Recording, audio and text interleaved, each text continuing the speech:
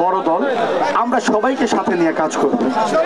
আমাদের নেতা জননেতা তারেক রহমান বলেছেন বিএনপি জনগণের মনের কথা বলে। যেহেতু জনগণের মনের কথা বলে, অন্যান্য নেতা যারা আছে তারাও তো জনগণ, আমি নিজেও একজন জনগণ, রাইট?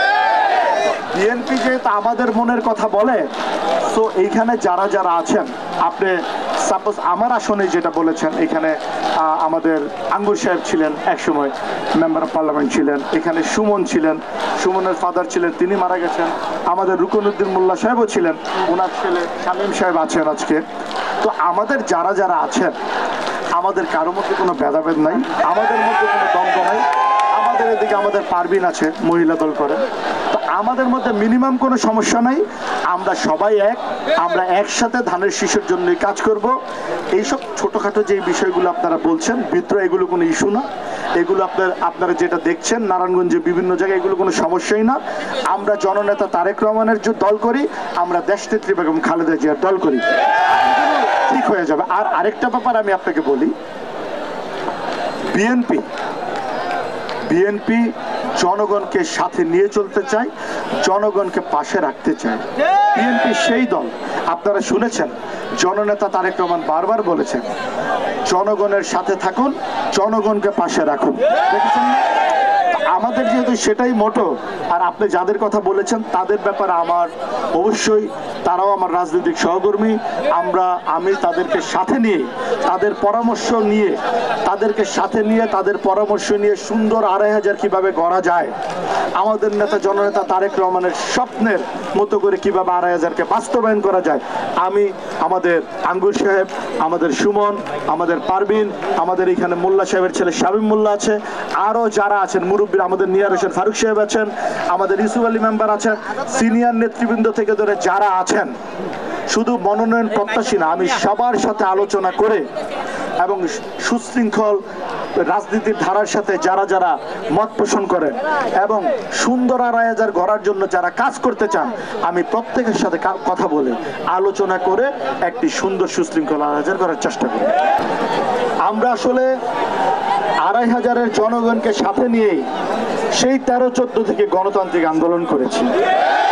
জননেতা তারেক রহমানের নির্দেশনায় এবং নেতৃত্বে ২৫০০-এর শান্তিকামী জনগণকে সাথে নিয়ে আমি আন্দোলন করেছি। তাদেরকে নিয়ে আন্দোলন করেছি, ২৫০০-এর জনগণকে সাথে নিয়ে।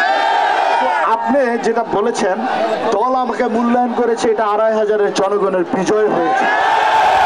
২৫০০-এর জনগণ যা চায় সেটাই আমার ইচ্ছা, ২৫০০-এর জনগণের কামনা সেটাই আমার কামনা, ২৫০০-এর জনগণের বাসনা সেটাই আমার বাসনা।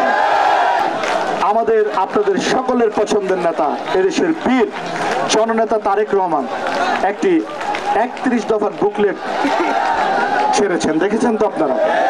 তো এই বুকলেটে কিন্তু অনেক কিছু দেওয়া আছে, আগামীর বাংলাদেশ, আগামীর স্বপ্নের সুন্দর সুশৃঙ্খল বাংলাদেশ কিভাবে গড়তে চান জননেতা তারেক রহমান, সবকিছু দেওয়া আছে।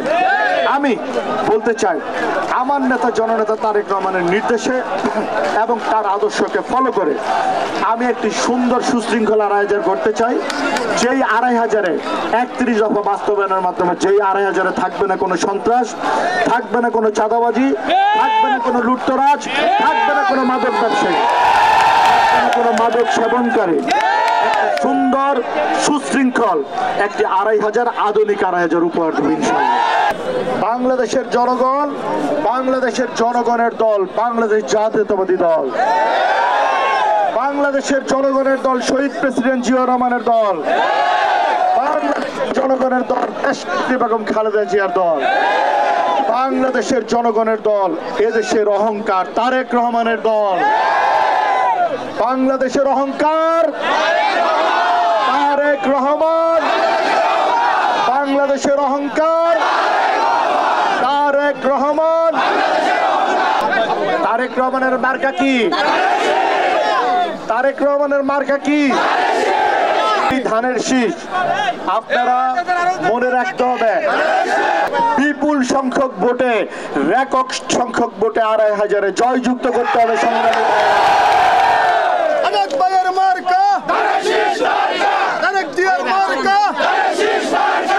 ডাকাতদের ইয়ে আছে, কিন্তু এটা কোনো ইস্যু না।